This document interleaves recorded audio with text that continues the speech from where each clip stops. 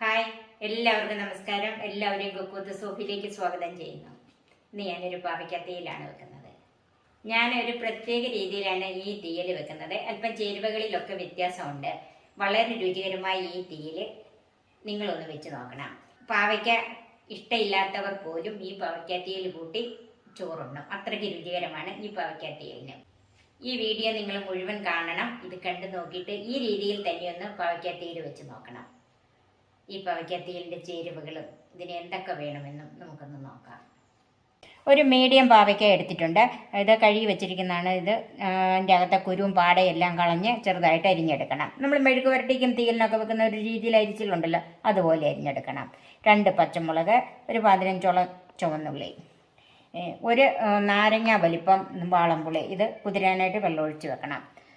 1.25 cup ചിരകിയ തേങ്ങ, 1/4 cup തേങ്ങ ചെറുതായിട്ട് കൊത്തിയരിഞ്ഞത്, ഇതുപോലെ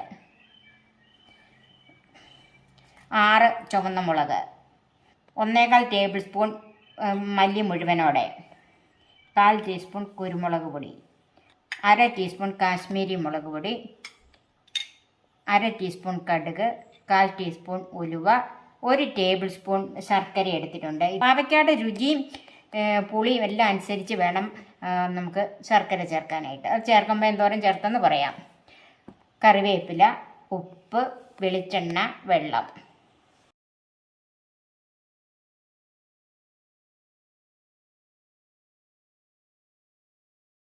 പാവയ്ക്ക ഇതുപോലെ ചെറുതായിട്ട് ഇതുപോലെ അരിഞ്ഞ് വെച്ചിട്ടുണ്ട്.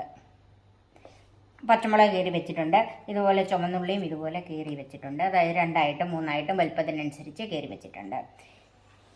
ഇനി ഈ പാവയ്ക്ക ആദ്യമേ ഒന്ന് ഉപ്പ് തിരുമ്മി വെക്കണം.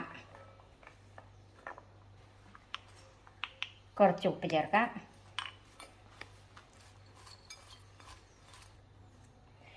ഇപ്പോൾ ഉപ്പ് തിരുമ്മി വെച്ചിട്ടുണ്ട്. ഇത് നമുക്ക് മാറ്റി വെക്കാം.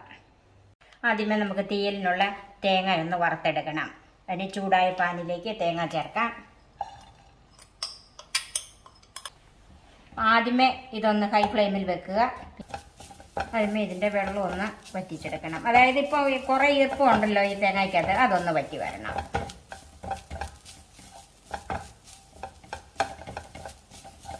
ഇപ്പോൾ ഈ തേങ്ങയിലെ വെള്ളമായി ഒന്ന് വറ്റി വന്നിട്ടുണ്ട്. തേങ്ങയൊക്കെ വേർപെട്ട് വരാൻ തുടങ്ങി. ഇനി തീ ഒന്ന് കുറച്ചിട്ടിട്ട് അതിലേക്ക് 1 ടീസ്പൂൺ വെളിച്ചെണ്ണ ഒഴിച്ചു കൊടുക്കാം. ഇത് ഓപ്ഷണലാണ്.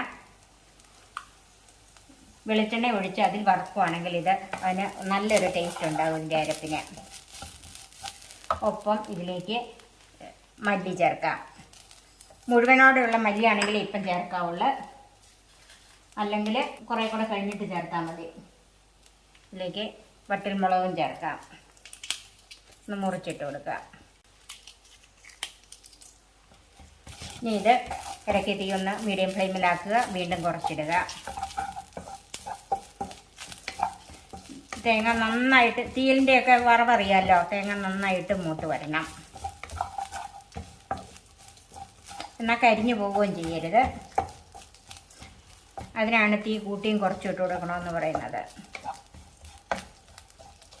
ഇപ്പോൾ ഏകദേശം 1/4 ഭാഗത്തോളം വറവലായിട്ടുണ്ട്. ഇനി അതിലേക്ക് കുറച്ച് കറിവേപ്പിലയും എടുത്തു വെച്ചിരിക്കുന്ന ഉലുവായും കൂടെ ചേർക്കാം.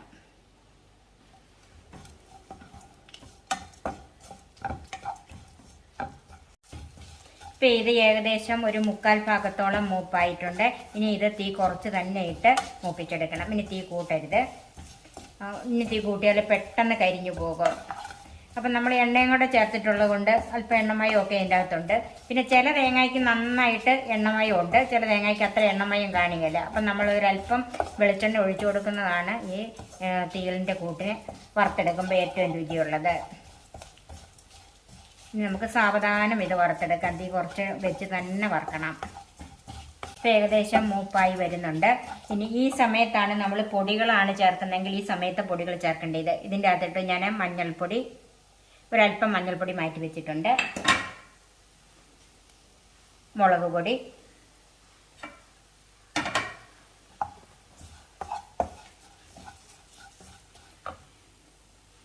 കുരുമുളക് പൊടി,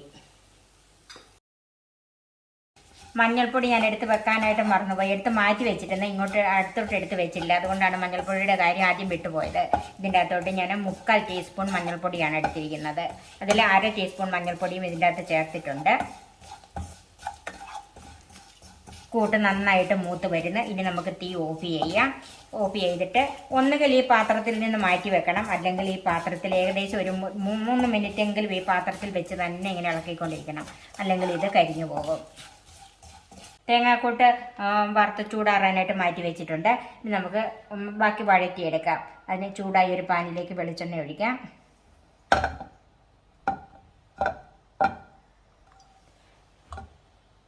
ഒരു 2 ടീസ്പൂൺ വെളിച്ചെണ്ണ ഒഴിച്ചിട്ടുണ്ട്. ചൂടായ വെളിച്ചെണ്ണയിലേക്ക് തേങ്ങാക്കൊത്ത് ചേർക്കാം. ഈ തേങ്ങാക്കൊത്ത് ചേർക്കുന്നതൊക്കെയാണ് ഈ കറിയുടെ പ്രത്യേകത. ഇത് കരിയാതെ ഒന്ന് മൂപ്പിച്ചെടുക്കണം. തേങ്ങാക്കൊത്ത് ആവശ്യത്തിന് മൂത്തിട്ടുണ്ട്. ഇത് നമുക്ക് വേറൊരു പാത്രത്തിലേക്ക് മാറ്റാം.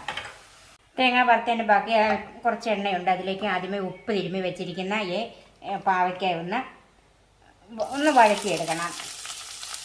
ഉപ്പ് തിരുമ്മി വെക്കുമ്പോൾ അതിൻ്റെ അകത്തൊരു കുറച്ച് വെള്ളം വരും, അതൊന്ന് പിഴിഞ്ഞെടുത്ത് വെക്കണം. ഇതൊരു മീഡിയം ഫ്ലെയിമിലിട്ട് ഒന്ന് വഴറ്റിയെടുക്കാം. പാവയ്ക്ക ഏകദേശം ഒന്ന് വഴന്ന് വന്നിട്ടുണ്ട്. ഇതിലേക്ക് എണ്ണ പോരാത്തതുകൊണ്ട് ഞാൻ 1 ടീസ്പൂൺ വെളിച്ചെണ്ണയും കൂടെ ഒഴിക്കുകയാണ്. ഇതിലേക്ക് കീറി വെച്ചിരിക്കുന്ന ചുവന്നുള്ളി പച്ചമുളകും ചേർക്കാം. കുറച്ച് കറിവേപ്പിലയും കൂടെ ചേർക്കുകയാണ്. ഈ ഉള്ളിയും പാവയ്ക്കായും മുളകും എല്ലാം കൂടി ഒന്ന് മൂത്ത് വഴന്ന് വരണം. ഒത്തിരി തീ കൂട്ടരുത്, ഒരു മീഡിയം ഫ്ലെയിം വരെയാകാം. അങ്ങനെ വെച്ചിട്ട് വേവിച്ചെടുക്കണം. ഈ സമയത്ത് നമുക്ക് പുളി നന്നായിട്ട് കുറുകെ ഒന്ന് പിഴിഞ്ഞ് വെക്കണം.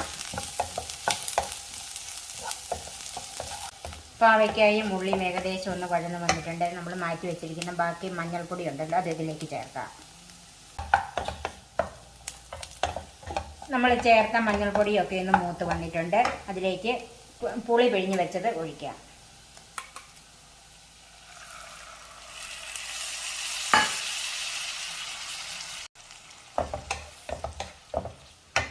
ഇതിലേക്ക് 1/2 കപ്പ് വെള്ളം കൂടെ ചേർക്കാം.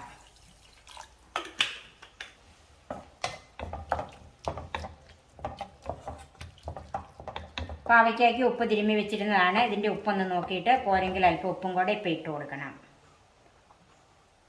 പുളിയൊക്കെ ചേർത്തുകൊണ്ട് ഉപ്പ് കുറയുമല്ലോ, എന്നിട്ടേക്ക് നമുക്ക് അല്പം ഉപ്പും കൂടെ ചേർക്കാം.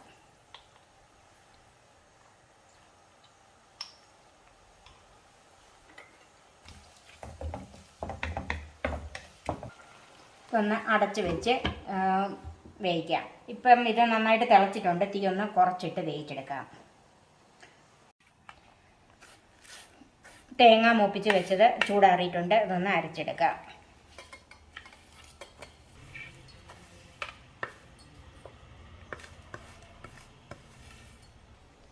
ഇത് വെള്ളം ചേർക്കാതെ അരച്ചെടുക്കുന്നതാണ് ഏറ്റവും നല്ലത്. അങ്ങനെ അരിഞ്ഞ് കിട്ടുമെങ്കിൽ അത് തന്നെയാണ് ഏറ്റവും നല്ലത്. ഏതായാലും ആദ്യം നമുക്കിതൊന്ന് പൊടിച്ചെടുക്കാം. ഇതൊന്ന് പൊടിച്ചെടുത്തപ്പോൾ ഇങ്ങനെയാണ് കിട്ടിയത്. ഇത് അരയാനുള്ള വെളിച്ചെണ്ണ അല്ലെങ്കിൽ എണ്ണമയം ഇതിനകത്ത് ഇല്ലാത്തതുകൊണ്ട് ഞാനൊരല്പം വെള്ളം ചേർത്താണ് ഇത് നന്നായിട്ട് അരച്ചെടുക്കുന്നത്.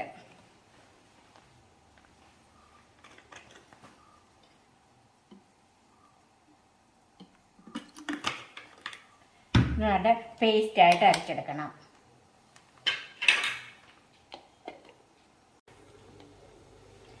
അരപ്പം നല്ല പേസ്റ്റായിട്ട് അരച്ചിട്ടുണ്ട്. അത് നമുക്ക് മാറ്റി വെക്കാം.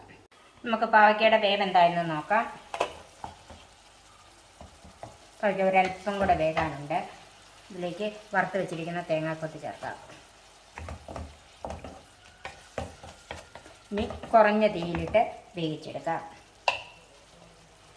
മൂടി വെക്കണം.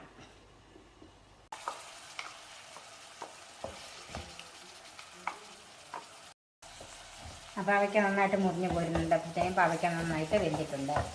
ഇതിലേക്ക് അരച്ച് വെച്ചിരിക്കുന്ന അരപ്പ് ചേർക്കാം.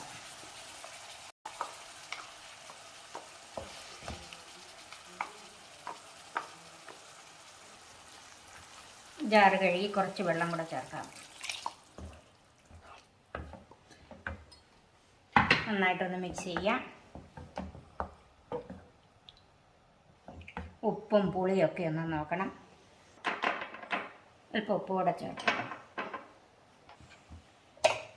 നന്നായിട്ടൊന്ന് മിക്സ് ചെയ്യണം. അതുപോലെ നന്നായിട്ടൊന്ന് തിളച്ചും വരണം. തീ ഒന്ന് ഹൈ ഫ്ലെയിമിൽ വെക്കണം. ഇപ്പോൾ ഈ കറി നന്നായിട്ടൊന്ന് തിളച്ചിട്ടുണ്ട്. നമുക്കിതിലേക്ക് എല്ലാ സ്വാദും ക്രമീകരിക്കാനായിട്ട് കുറച്ച് ശർക്കര ചേർക്കാം. ഞാനൊരു 1.5 ടീസ്പൂൺ ശർക്കര ചേർക്കുകയാണ്.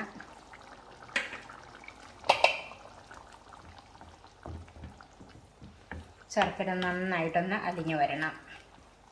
ഇനി ഇതിൻ്റെ എല്ലാ ടേസ്റ്റും ഒന്ന് നോക്കണം. ഇപ്പം ശർക്കരയും കൂടെ ചേർത്ത് കഴിഞ്ഞ് നന്നായിട്ട് തിളച്ച് വന്നിട്ടുണ്ട്. ഉപ്പും പുളിയും മധുരവും പാവയ്ക്കാട് ടേസ്റ്റും നല്ല സൂപ്പർ ടേസ്റ്റാണ്. ഇനി ഇതിൻ്റെ അകത്ത് ബാക്കി ശർക്കര ഞാൻ ചേർക്കുന്നില്ല. എടുത്ത് വെച്ചതിൻ്റെ പകുതി ശർക്കരയെ ചേർത്തിട്ടുള്ളത്.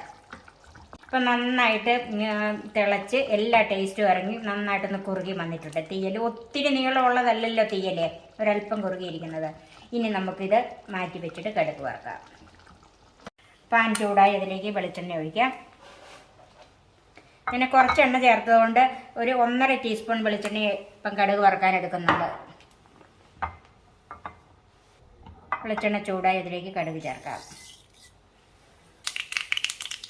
കടുക് പൊട്ടി അതിലേക്ക് വറ്റൽമുളക് ചേർക്കാം. കുറച്ച് കറിവേപ്പിലയും ചേർക്കാം. ഉള്ളി ഞാൻ ആദ്യമേ ചേർത്തതുകൊണ്ട് ഇപ്പോൾ ഇതിൻ്റെ അകത്ത് ഉള്ളി ചേർക്കുന്നില്ല.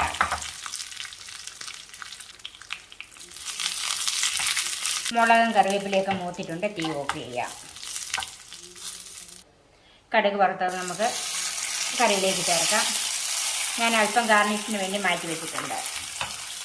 ഇതൊന്ന് അടച്ച് വെക്കാം. ഇപ്പോൾ ഒരു 2 മിനിറ്റോളം കടുക് വറുത്ത് കഴിഞ്ഞൊന്ന് മൂടി വെച്ചതാണ്. നമുക്കൊന്ന് നോക്കാം. വളരെ രുചികരമായ തീയിൽ നമുക്ക് സർവിംഗ് ഡിഷിലേക്ക് മാറ്റാം. ബാക്കി കടുക് തളിച്ചത് ചേർത്തൊന്ന് ഗാർണിഷ് ചെയ്യാം. വളരെ രുചികരമായ ഈ തീയൽ നിങ്ങളൊന്ന് ഉണ്ടാക്കി നോക്കണം. എല്ലാവർക്കും ഇഷ്ടപ്പെടുന്ന രീതിയിലുള്ളൊരു തീയലാണിത്. എൻ്റെ ഈ ചാനൽ സബ്സ്ക്രൈബ് ചെയ്യാനും എൻ്റെ ഫേസ്ബുക്ക് പേജ് ലൈക്ക് ചെയ്യാനും ഷെയർ ചെയ്യാനും കമൻസ് അറിയിക്കാനും മറക്കരുത്. ഇതുപോലെ പുതിയ പുതിയ റെസിപ്പികളുമായി നമുക്ക് വീണ്ടും കാണാം. ഞാൻ സോഫി കുര്യാക്കോസ്.